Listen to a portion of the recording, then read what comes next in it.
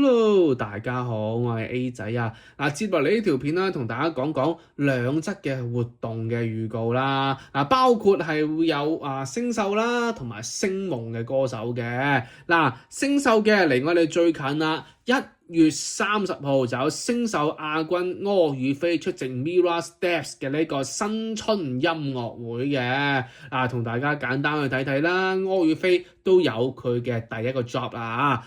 當然另外嘅星夢呢邊又點啊？呢個遠少少啊，3月1號啊，呢個就有林志樂同埋潘正文啊，佢係會擔任一個歌唱比賽叫做中環好聲音3嘅歌唱比賽嘅呢一個歌手評判啦，同埋就係表演嘉賓喎。哇，亦都係評判喎。同大家睇睇啦，之前其實Wendy 都做過評判嘅喎。因為佢哋歌手評判同埋呢個表演嘉賓喎，即係當晚會表演啦。咁當然亦都係有去評人哋㗎啦。喂，兩位都係好青春㗎喎。咁啊同大家睇睇啦。雖然Wendy 之前係做過嘅，林志樂係未做過啊，但係點都好，作為評判嚟講，佢哋係最年輕㗎啦。咁當然仲有其他評判嘅，同大家簡單去睇睇啦。兩個活動好簡短嘅啫。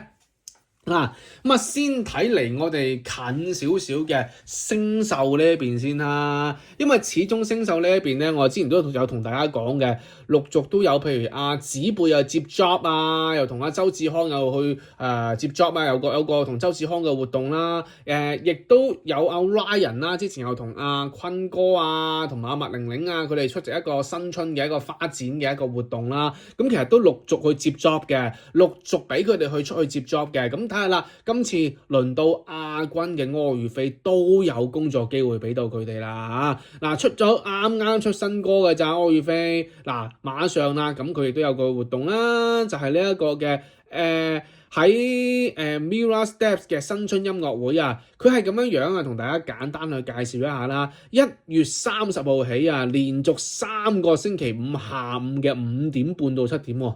5點半到7點即係個半鐘咯，1個半小時嘅時間啦。咁佢哋呢一個嘅新春音樂會就會係邀請唔同嘅單位過嚟啦，去同大家去迎接新年嘅。哇！都係呢啲本地嘅啲音樂單位嚟嘅，仲要係一啲比較新嘅歌手啦。咁打頭陣嘅1月30號嘅就會有周卓盈啦，有柯宇飛啦，同埋有呢一個我真係唔知呢個咩組合嚟嘅，叫做 The Flame。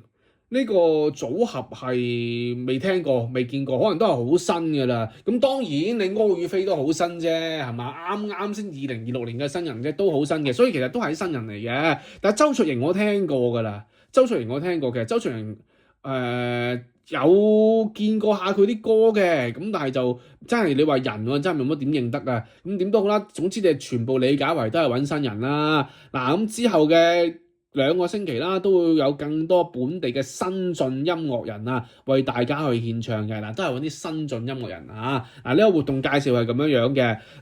咁柯宇飛亦都有佢嘅工作啦。咁希望其實啲星秀嘅歌手啦，都係希望佢哋可以陸續接更多嘅工作嘅。依家最尷尬就係冇工作啫，係個個都希望可以接到更多嘅 job、更多嘅工作嘅。咁柯宇飛亦都有啦。子貝亦都有啦，跟住Ryan 亦都有啦，殷敏芳之前一早有啦，澳門嗰邊嘅好多工作跨年 show 已經揾咗殷敏芳噶啦。咁從大家講啦，仲有一個有工作嘅就係呢一個嘅布子欣啦，嚟緊亦都會擔任Archie 喺廣州開 show 嘅呢一個嘅嘉賓啦。咁同大家都講講佢哋嘅。柯宇飛呢邊啱出咗新歌直覺型美學唔知大家有冇聽過呢首歌啦？我有同大家分享過嘅。我之前有拍片分享過嘅。講佢哋嗰個畢業嘅一個演唱會嗰陣時有講過嘅。咁其實佢哋嗰陣時係首唱㗎，不過我相信啦，直覺型美學呢首新歌啦，都會係喺到時呢一個新春音樂會度，柯宇飛會攞出嚟唱嘅，因為畢竟都係自己嘅一首歌曲。咁其實佢已經有2首啦，如果可以唱嘅話，有多少時間佢可以唱埋佢嗰個呢一個宿敵契約嗰首劇集歌啦，再可以唱佢呢一個嘅直覺型美學啦2首歌曲啦，咁睇下佢嚟緊嘅目標呢一年，我希望都係咁啊，新人標配2首新歌，有冇機會爭多幾首嘅劇歌咁樣玩下啦？起碼攞起手出去開 show 或者呢個粉絲聚會，咁你都可以有好幾首自己嘅歌曲啦。咁啊再搭幾首你比賽嗰陣時嘅歌曲，其實都可以到一個小型嘅 mini concert 㗎啦。咁樣嗱咁都期待一下啦。柯宇飛嘅一啲工作啦。咁同時我哋可以睇翻柯宇飛作為今年2026年嘅新人嚟講咧，而家目前3個啦，唔好話柯宇飛啦，子貝、Ryan 同埋Ophelia 都係呢一個嘅2026年嘅 TVB 嘅一個力推嘅3個新人啦。咁其實佢哋3個新人嘅話都係睇嘅咋，你話邊個可以攞到新人獎？其實呢啲都係睇後期嘅努力嘅。咁前期嘅要攞新人獎嘅，首先你要去每個電台度做宣傳先啦。就睇下 TVB 有冇其實我好想了解下 TVB 有冇安排過柯宇飛去新城去港台去叱咤903嗰邊，去每個台都上去做下宣傳嘅，係咯，我唔知有冇啦，都係要跑下電台嘅喎，積極去宣傳嘅，因為好多新嘅歌手，如果係新嘅歌手咧，好多一出歌咧，即刻就所有電台都周圍跑去做訪問去做宣傳歌曲等等，咁我哋都睇下 TVB 有冇安排，但係好似可能我見唔到就未必冇嘅。但係目前嚟講，我冇留意到咯，即係我冇留意到咯。如果有嘅，大家可以話俾我知啦。期待一下柯宇飛嘅可以俾到我哋嘅一個發展嘅機會嘅潛力究竟有幾大咧？2026年我哋就可以睇到啦。咁另外睇隔離啦，即係以下我哋會講嘅呢則消息啦，就係關於星夢啦。兩位同學仔詹天文同埋林志樂嘅。喂，兩位都星夢1，不過兩位都犀利啊！因為佢哋今次咧會擔任呢一個嘅活動啦，呢一個嘅中環好聲音啊。其實我未太清楚啦，咁而家我就清楚啦，叫中環好聲音已經係3個咯喎，即係之前有2有1嘅喎，呢啲我真係唔知嚇。咁係由呢一個中環街市主辦嘅，新城廣播就合辦嘅，咁亦都邀請唔同年齡嘅參賽者種族背景都唔同嘅呢啲參賽者啦。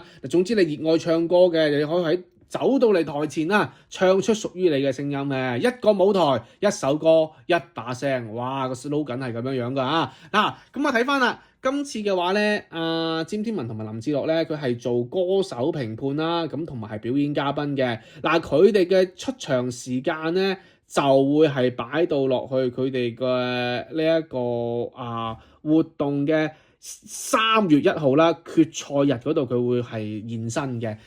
當然除咗佢哋2位評判啦，當然仲有星級評判嘅，包括有呢個新城嘅一個資訊台嘅台長啦，程海欣啦，亦都有新城廣播音樂總監啦，馬永咩？睇下先，即係放大睇下先呢個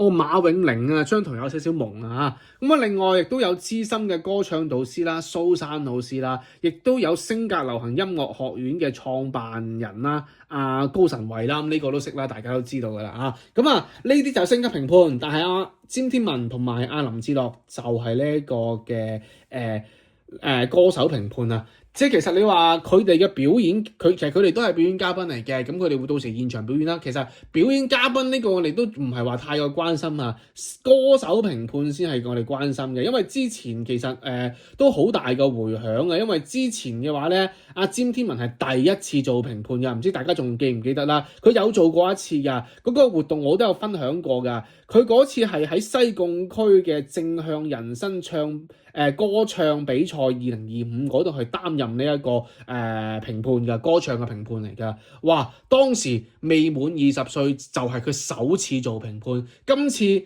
同樣係3月1號嘅，都當時哇喂3月1號喎，大家你知唔知詹天文係幾時係生日3月2號喎，即係佢生日前都仲係19歲喎，都仲係未滿20歲嘅一個歌手評判嚟嘅喎。未滿20歲就係可以做評判咯喎，犀利喎！俾一個10幾歲嘅妹妹仔去評喎，你睇下個地位抬到 Windy 嘅都好高一下㗎。嗱，第二次做我相信，不過其實我好好奇，如果你係阿 Windy 嘅粉絲，可以分享條 link 俾我睇下佢之前嗰個做評判嘅嗰個評語，我都想睇啊，因為我揾唔到佢之前嗰個正向人生嗰個歌唱比賽啊。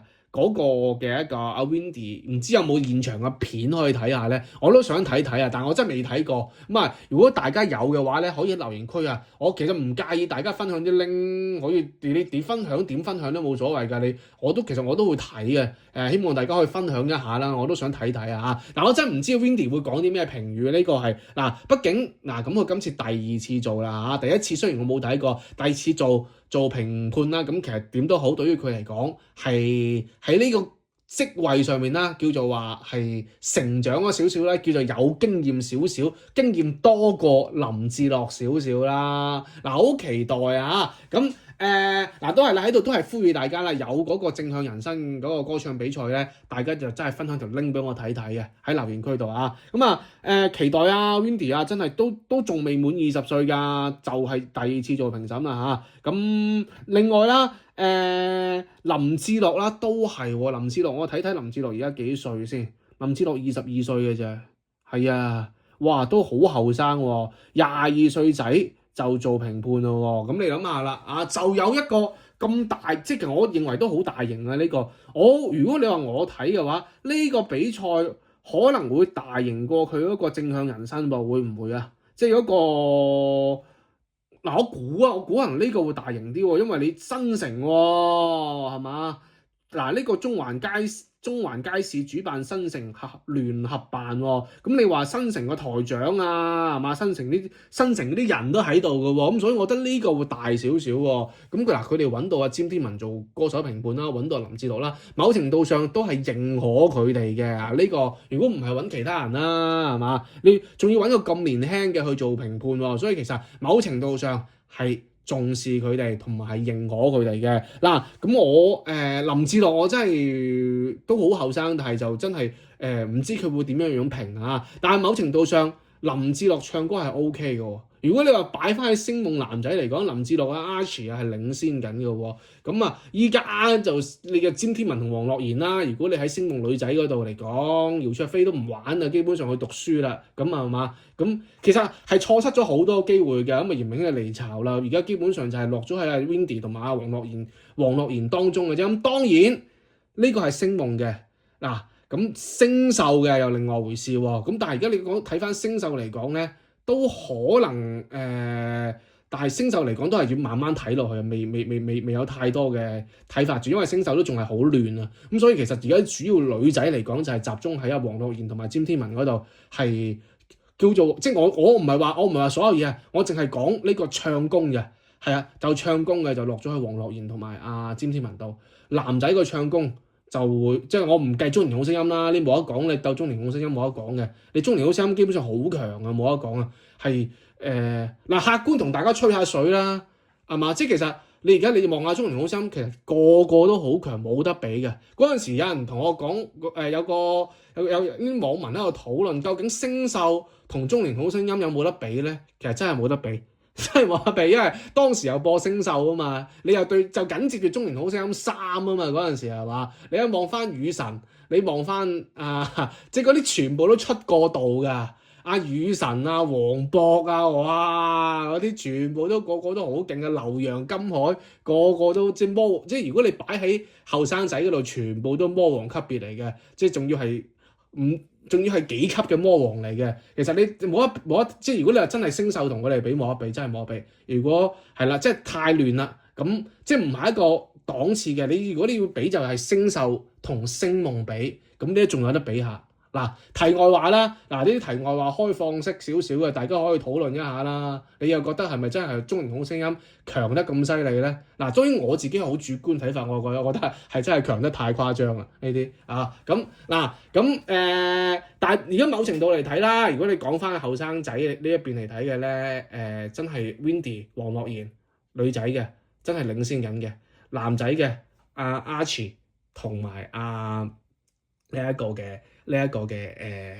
林志樂係啦，都係唱即係齋講唱得啦。Ryan 嗰邊其實可以睇睇嘅，但係 Ryan 而家都要睇定啲先，都仲係亂啲而家啊。咁嗱點都好啊。題外話，咁我係好期待阿 Windy 同埋林志樂究竟佢會俾啲咩評語咧？因為呢啲比賽我唔知新城呢個咧，可能都會公開睇到下。即係你話之前嗰個正向人生嗰個真係揾唔到片啊。網上大家揾到可以話俾我知啦，簡簡單單嘅但係都期待啦。Windy 究竟幾時有佢嘅新歌？聽聞佢新歌已經係有㗎啦，唔知佢錄咗音未啊？我之前有同大家講下啦，之前有聽佢講過話新歌已經籌備緊㗎啦，有㗎啦。唔知佢錄咗音未？唔知拍咗 MV 未嘅啫。跟住林志樂嘅亦都唔。不過林志樂而家犀利啦，林志樂即係你而家同大家吹下水啊。林志樂而家真係好忙，係咯，真係 J Music 又話做主持嘅，跟住你呢一個嘅又喺內地芒果台拍緊嗰個我們的音樂館嘅，喂芒果台啲節目嚟嘅喎，就推到林志樂上去。咁喂大家知唔知余宗遙加盟咗愛爆音樂喎？我出片講過㗎咁其實亦都係對大家嚟講，亦都係一個挑戰嚟㗎。余宗遙喺環球嘅，咁唱功全能啦，咁對大家都係個挑戰嚟㗎，所以大家都會不斷咁樣去互相競爭、互相鼓勵。即係當然啦，係一啲良性嘅競爭啦。咁真係睇下大家啦。2026年邊個嘅一啲資源比較多啦期待一下。林志樂呢邊嘅我都好期待佢嘅新歌唔知幾時會有啦好，呢條片講到呢度。